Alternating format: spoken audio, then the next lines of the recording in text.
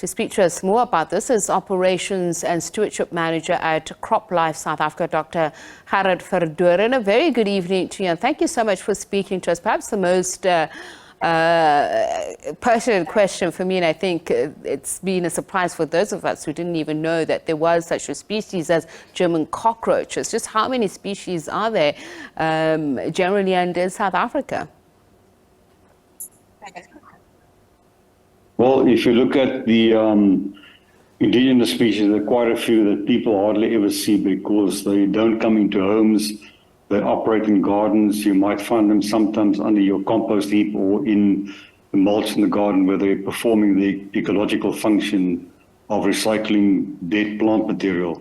But the ones that we're concerned about are the invasive species, namely the German cockroach, which is the broad and long brown one, which does fly, but those are the ones that you mostly find scurrying around on the floor at night. And then the thinner brown one, which is the American cockroach.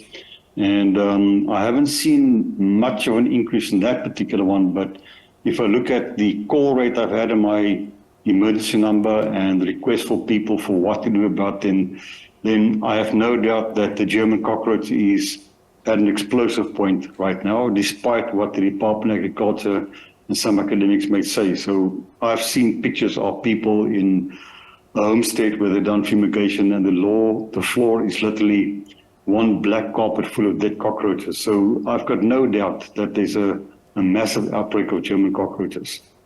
So we are saying that if weather conditions continue or what we've seen before, that they'll have an impact on the cockroach outbreak. So tell us a little bit more about what causes that. Explain the size to us, and you mentioned the preference of the different species, but just explain a little bit more, please.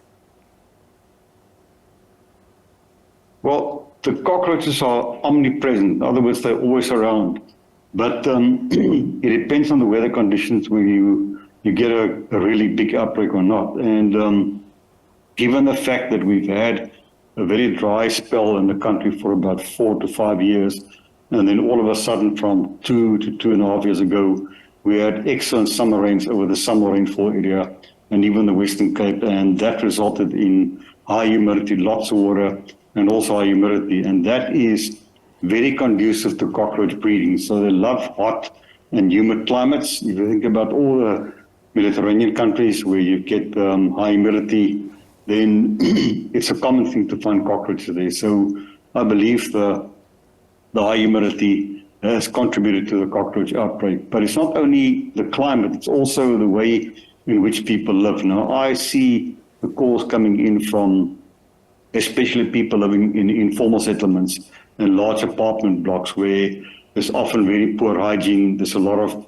food stuff lying around, there's rubble lying around, refuse not being collected, and all of that helps the cockroach to live in a perfect environment with shelter, with a lot of food, with water, with humidity, and it's just an absolute cockroach haven. So maybe we point the fingers at ourselves for not living in a clean environment.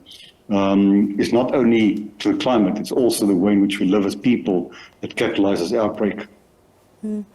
And the concern around utilizing unlawful or unregistered pesticides for indoors, can you tell us a little bit more about the suitability levels of where one can source them? Well, I'm going to be quite specific, and I'm not going to tell people where to source them, but we've seen a massive increase in the advertising of unregistered pesticides on the Facebook and WhatsApps, where people seem to get their hands onto agricultural remedies that are only registered for agricultural use.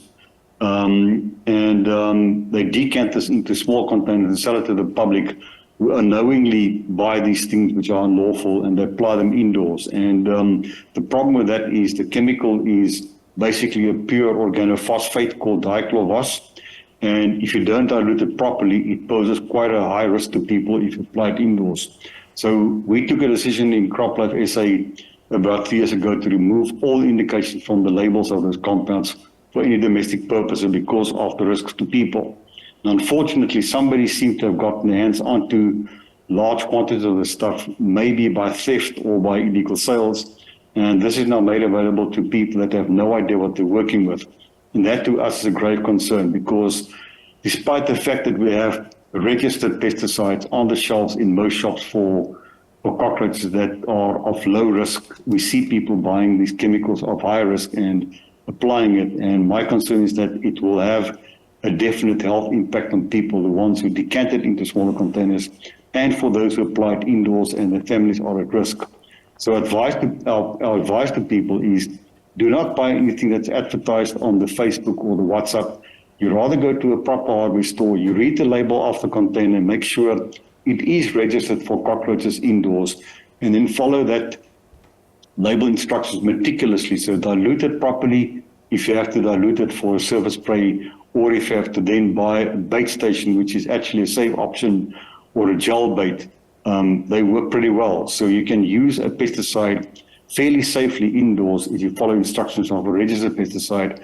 But to take the risk of buying something which you decanted into a small bottle without a label, without instruction, without knowing what you buy, I really believe that is taking your life into your own hands. Basic guidelines on safeguarding yourself while using these pesticides, and I'm talking about whether you should keep doors open or generally keep doors closed, and also the impact on the environment, the disposal of the pesticide containers, etc.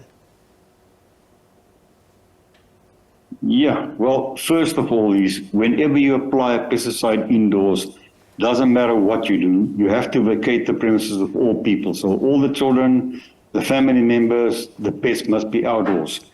Then you have to wear your own protective clothing. In other words, long sleeves, long pants, preferably rubber boots, rubber gloves. You cover your head, you use a facial mask, and you also cover your eyes. Then you can do the application. And if you have to do a surface spray, what we call a surface residual contact spray, then you use all the protective equipment and you don't allow anybody or any pets back indoors until the surface is dried off completely, because by then the chance of taking it up in the skin is absolutely minimal. Whereas if it's a wet surface, we've had many cases where people complain about burning of the skin and so on, because some of the pyrethroid pesticides cause quite a bit of discomfort if you make dermal contact with them. Another thing which is very important is if you have to get a pest control operator in to come and do a job for you, like a fumigation job, make sure the person is registered by the Registrar of Act number 36 of 1947 with a valid registration certificate with a P number, which means a pest control operator for fumigation, and then insist to see what product the person will be applying, because also for them, the rule is they may only apply a pesticide according to label. In other words, it must be for indoor fumigation or for indoor surface sprays for cockroaches and nothing else. Okay.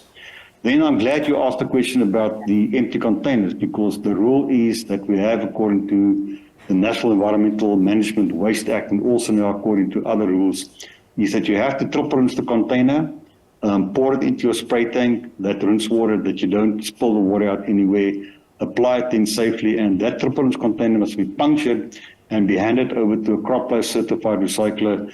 And we will start announcing the collection point for the consumers within the next 3 or 4 months, because we're starting a very big campaign to bring empty packaging for the consumers also back into recycling. Unfortunately, we have run out of time, but I really do appreciate that sharing your insights with us. Dr. Gerhard Verdoorn is Operations and Stewardship Manager at CropLife South Africa.